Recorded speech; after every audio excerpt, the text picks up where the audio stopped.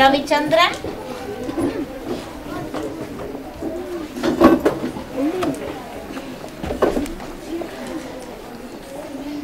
அனைவருக்கும் மாலை வணக்கம்.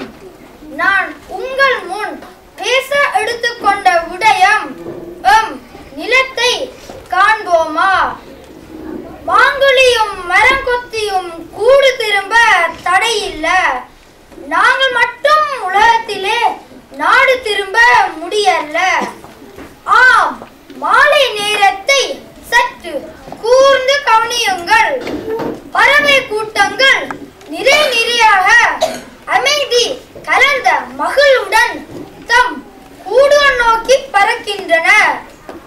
மந்திகள் சாரி சாரியாக மகிழ்வுடன் இருப்பிடம் திரும்புகின்றன. காலையில் தாம் வாழும் கூட்டை விட்டு செல்லும் போது இருந்த பரபரப்பு அப்பறவைகளிடம் இப்போது இல்லை. அமைதியும் நிம்மதியும் ஆட்கொள்ள தங்கள் இல்லம் நோக்கி திரும்புகின்றன.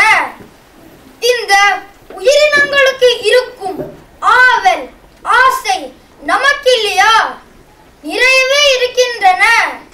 அந்த இனிமையான உணர்வை நாம் என்று உணரப் போகின்றோம். பல்லாயிரம் ஆண்டுகளுக்கு முன் கடல் கோளினால் அழிந்தது குமரி கண்டம். இதிலிருந்து உடைந்து மிஞ்சிய நிலைமை ஈழத்தீவு. அன்று தொட்டு தமிழர்களின் மண்ணாயிருந்த நிலைமை ஈழம், தமிழீழம்.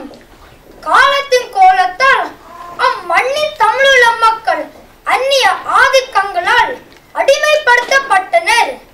இன்றும் சொந்த நாட்டிலேயே அடிமைப்படுத்தப்படுகின்றனர்.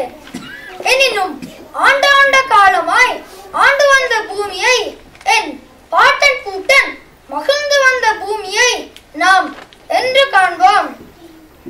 தமிழீழம் தோண்டிவிட்டால் தமிழினம் மீண்டும் தலையெழுத்து விடும் என்ற தீய எண்ணத்தால் சிங்கள அரசு தமிழினத்தை அழிப்பதிலேயே குறியாக நிற்கிறது.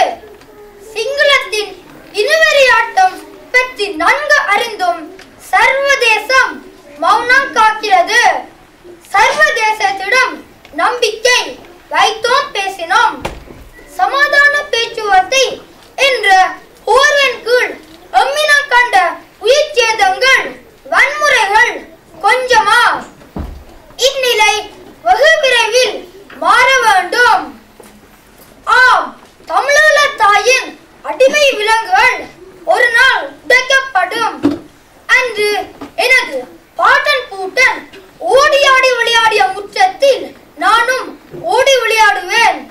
ஆலமர விழுதில் ஊஞ்சல் கட்டி அதிலேறி ஆடி மகிழ்வேன். ஆஹா, நினைக்கவே மெய் சிலிர்க்கிறது. எந்தையும் தாயும் மகிழ்ந்து குழாவி இருந்ததும் இந்நாடே. அவர் முந்தையர் 1000 ஆண்டுகள் வாழ்ந்து முடிந்ததும் இந்நாடே. வாழ்க தமிழ், அமைய தமிழீழம். நன்றி, வணக்கம்.